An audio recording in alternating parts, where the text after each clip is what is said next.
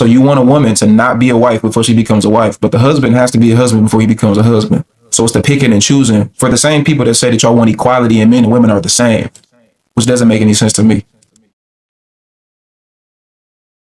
But there's just certain aspects, for example, living together, cooking, cleaning, doing his laundry, just things of that nature. I felt that, those, basic things should be rewarded and applied during marriage. But you're going to ask me, why doesn't it apply on the flip side? I was going to say because the woman is a prize that he gets down, on one knee, for her. But I honestly just don't think that, the answer that I'm giving and articulating is just going to be, enough. It's not enough. It's just not logical, even in what you said. Again, does the logic apply with your son? Hey, mom, blue butterfly. Hey, mom, I've been dealing with this girl.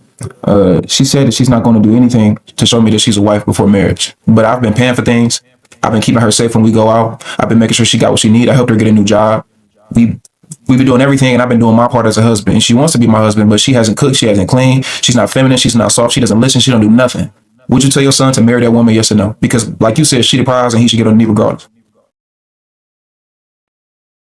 Okay, I'm going to answer. I'm going to say no, but... So why does the logic apply not to your son, but the logic got to apply for everybody else? Because all the women in here, some of them women got sons. There's other women out here in the world got sons. So the same son that you feel for the same way you feel for your son, other women feel for their son. So why they sons got to suffer but yours not?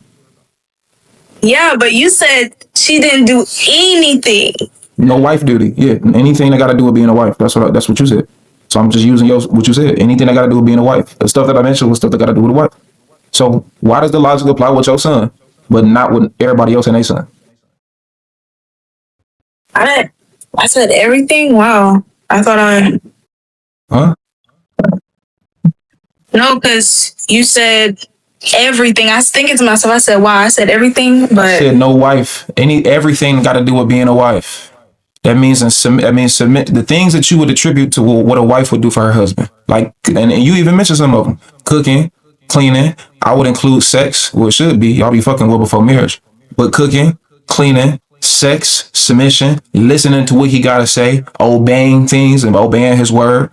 All of those things. I can mention a whole bunch more of them. If your son told you that there's a woman that he with and they've been together for a year and she ain't did none of that shit, but this whole time he's been paying for stuff, he's been leading, he's been faithful, he's been loving, he's been protecting, would you tell your son to marry that woman? You said no. And then I asked you, okay, so why is your son so special and not all the women and their sons? Because your son ain't gonna be the only man out here in this world.